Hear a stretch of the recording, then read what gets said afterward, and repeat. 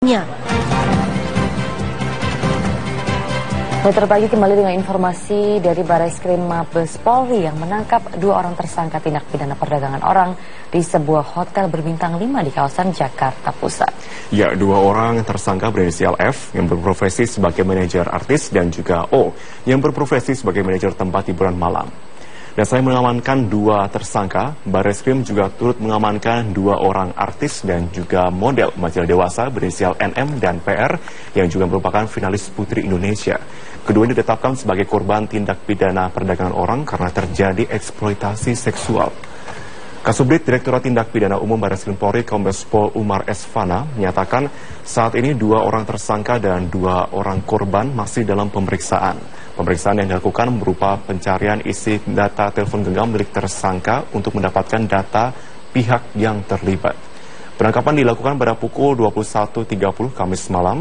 Kedua tersangka diduga melanggar Undang-Undang Nomor 21 Pasal 2 Tahun 2007 dengan ancaman hukuman minimal 3 tahun penjara dan maksimal 15 tahun kurungan penjara. Sedangkan kedua korban yakni NM dan PR akan diserahkan ke Dinas Sosial. Jadi kami malam ini setelah proses panjang kurang lebih 3-4 hari, malam ini kami menangkap 2 tersangka tindak pidana perdagangan orang. Diduga melanggar pasal 2 Undang-Undang Nomor 21 Tahun 2007 tentang pemberantasan tindak pidana perdagangan orang. Tersangkanya atas nama O dan atas nama F. TKP-nya ada di Hotel Bintang 5 di kawasan Jakarta Pusat, antara Tamrin Sudirman. Kemudian sebagai korban adalah 2 orang artis yang juga foto model, yang juga model berinisial MS dan PR, NM dan PR. Dua-duanya artis, dua-duanya juga berprofesi sebagai foto model, dua-duanya berprofesi juga sebagai model. Dalam kasus ini, selain mengamankan 2 orang artis sebagai korbannya, polisi juga mengamankan 2 orang yang diduga sebagai penyedia jasa PSK online.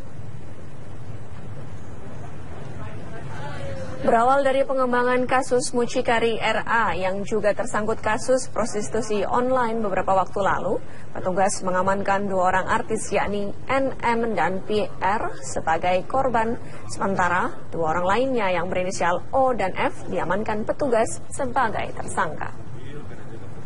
Keempatnya diamankan di Hotel Bintang 5 di kawasan sekitar Bundaran HI. O dan F merupakan penyedia jasa bagi para penikmat jasa prostitusi online yang di dalamnya terdapat sejumlah artis ternama. Untuk tarif yang ditawarkan pelaku, yaitu berkisar antara 50 juta sampai dengan 120 juta untuk per 3 jamnya. Kini NM dan PR masih berada di ruang pemeriksaan Barreskrim Mabes Polri.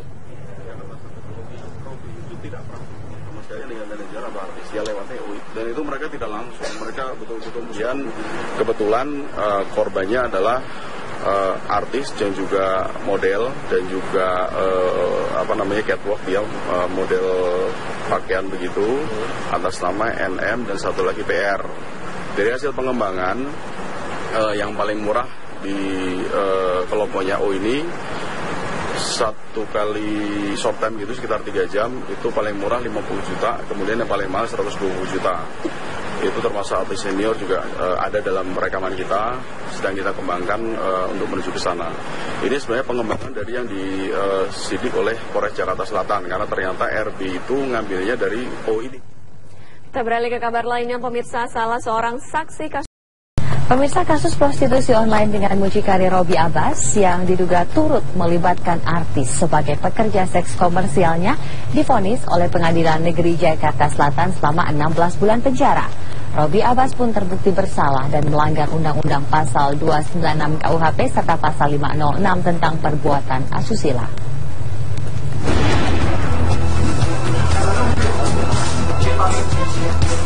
Kasus prostitusi online dengan mucikari Robby Abbas yang turut melibatkan artis sebagai pekerja seks komersialnya divonis oleh Pengadilan Negeri Jakarta Selatan dengan hukuman penjara 16 bulan.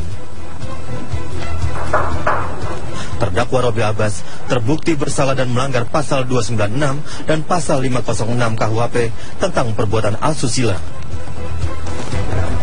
Ketua Majelis Hakim Pengadilan Negeri Jakarta Selatan Tamrin memutuskan Robi bersalah karena melakukan perbuatan yang disengaja atau mempermudah tindakan asusila dan menjadikannya sebagai pekerjaan. Setelah terbukti secara memungkinkan bersalah melakukan tindak pidana dengan sengaja menyebabkan atau menggunakan cabul orang lain dengan orang lain dan menjadikannya sebagai mata pencarian dengan kebiasaan. Kedua, menentukan pidana kepada terdakwa Robi Abbas tersebut dengan pidana penjara selama 1 tahun dan 4 bulan. Menetapkan masa penetapan dan berlangsung dijalani oleh terdakwa yang dikurangkan seluruhnya dengan pidana yang dilakukan.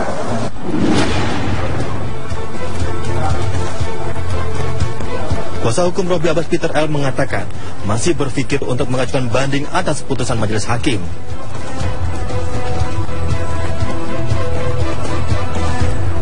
Masih pikir-pikir. Sesuai dengan ketentuan diberikan kesempatan 7 hari untuk pikir-pikir apakah kita menerima atau melakukan upaya hukum selanjutnya. Atas putusan ini, Robi Abbas terbukti melakukan penjajakan pekerja seks komersial dari kalangan artis seperti Amel Alfi, Tias Mirasih, dan Cinta Bahir dengan kisaran harga 25 juta hingga ratusan juta rupiah. Robi Abbas kedapatan tengah bertransaksi dengan menjajakan Amel Alfi di Hotel Ritz-Carlton Jakarta awal Mei 2015. Robi Abbas ditangkap dengan barang bukti uang sebanyak 40 juta rupiah dan sepasang pakaian dalam milik Amel Alfi. Dengan putusan majelis hakim ini, Robi Abbas masih harus mendekam dalam tahanan 11 bulan ke depan. Dari Jakarta, Lala Sumardi, Agung Dul, TV One mengabarkan. Mengawali kabar hari ini, ratusan pelajar siswa sekolah menengah atas atau SMA Negeri 5 Makassar mengamuk di sekolah mereka. Mereka pun menendang pot dan merusak sejumlah fasilitas sekolah. Kemarahan siswa ini dipicu atas dibubarkannya aksi unjuk rasa yang menilai ada pungutan liar di sekolah mereka. Para guru merebut dan merobek selebaran yang dibentangkan siswa. Bahkan terdapat guru yang turun menyiramkan air ke siswa yang menolak masuk ke dalam kelas. Selain dugaan pungli, mereka juga meminta kejelasan atas pergantian pimpinan kepala sekolah yang sebelumnya dipimpin oleh Rahmat dan kemudian diganti kepala sekolah baru Abdul Qadir.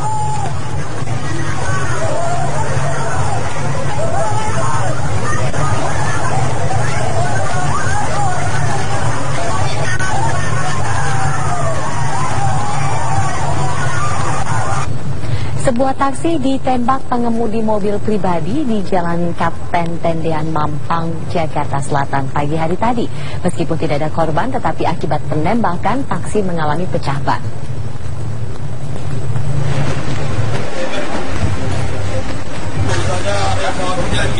Sebuah peristiwa penembakan terjadi pada pukul 4:30 pagi tadi terhadap sebuah taksi yang dikemudikan Rahmat Suparman.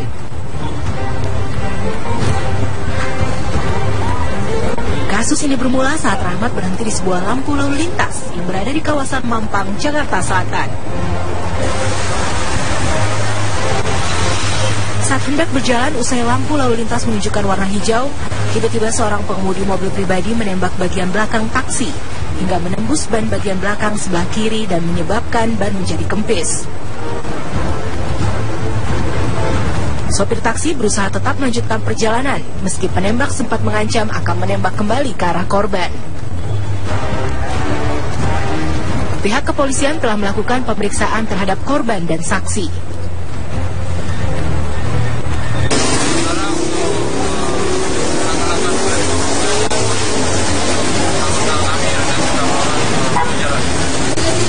Kira-kira dari pelaku ini ada anggota atau bukan, Bang?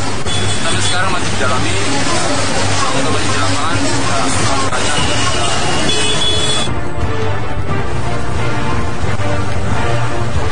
Petugas kepolisian hingga kini masih memburu pelaku yang diperkirakan masih berada di wilayah Jakarta Selatan. Dari Jakarta, Robin Freddy, TV One mengabarkan. Jika kabar tadi mengenai taksi, kabar berikut ini mengenai ojek. Kehadiran ojek online ini ternyata menimbulkan masalah bagi sebagian tukang ojek pangkalan. Mereka memprotes kehadiran ojek online yang mulai marak di Bandung, Jawa Barat. Bahkan sampai terjadi aksi pemukulan dan juga pengerusakan.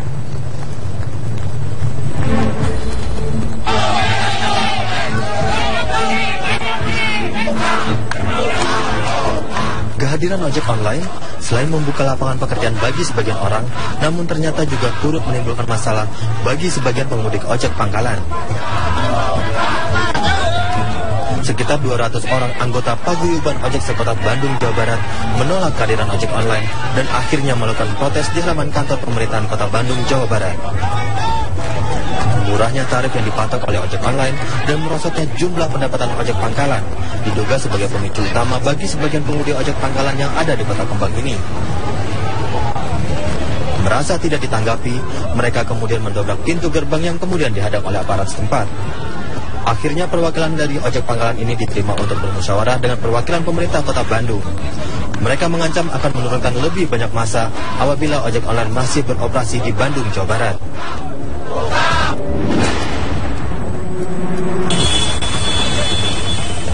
Masih dari Bandung, Jawa Barat, ratusan pengemudi ojek pangkalan mendatangi kantor pengurus salah satu kantor ojek online yang ada di Jalan BKR Bandung, Jawa Barat. Kedatangan mereka terkait dengan peristiwa pengeroyokan pengemudi ojek pangkalan dan pengerusakan pangkalan ojek di Manisi, Cibiru yang terjadi Kamis pekan lalu. Mereka pun bisa ditenangkan pasca kedatangan polisi setempat.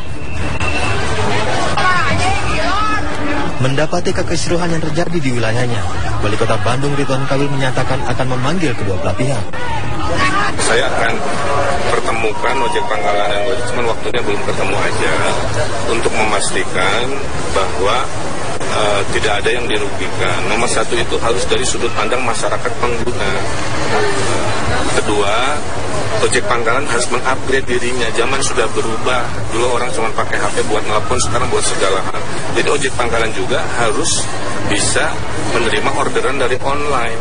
Nah, itu yang sedang dibikin oleh Pemkot aplikasinya, supaya mereka bisa mendapat ekonomi dan rezeki lebih dari sekadar nunggu yang rutin-rutin sebenarnya.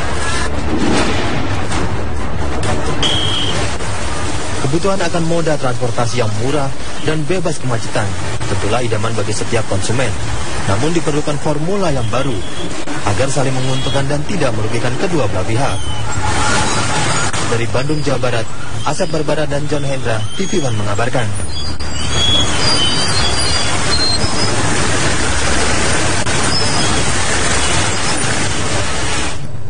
Ya, guna menertibkan para pengguna kendaraan di jalan raya, baik polisi maupun dinas perhubungan ini merazia sejumlah lokasi.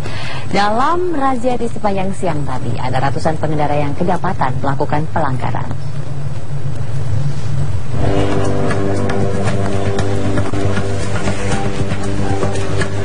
Sebagai pengendara kendaraan bermotor, ada sejumlah aturan yang wajib dipatuhi ketika tengah berkendara di jalanan.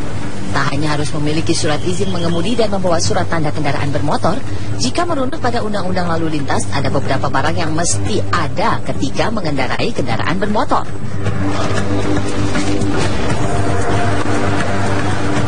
Di Jalan Lejen Suprapto Cempaka Baru, jajaran Polantas Polres Jakarta Pusat menggelar operasi zebra di hari kelima.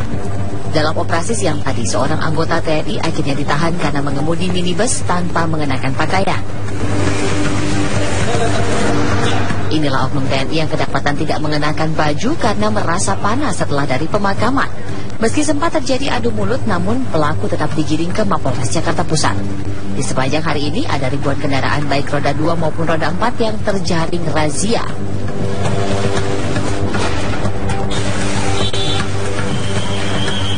Di Jalan Pelumpang Pasar Ular Jakarta Utara, jajaran Polantas Polres Jakarta Utara juga melakukan operasi zebra. Menariknya, dalam operasi kali ini petugas bekerja sama dengan Kejaksaan Negeri Jakarta Utara menyiapkan area sidang guna melakukan sidang di tempat. Ada ratusan pengendara yang terkena tilang dan menjalani sidang karena melanggar marka jalan. Petugas mengimbau agar para pengendara sepeda motor tidak lagi memutar arah di tempat yang tidak semestinya, apalagi harus melawan arus karena hal ini merupakan salah satu penyebab tingginya angka kecelakaan.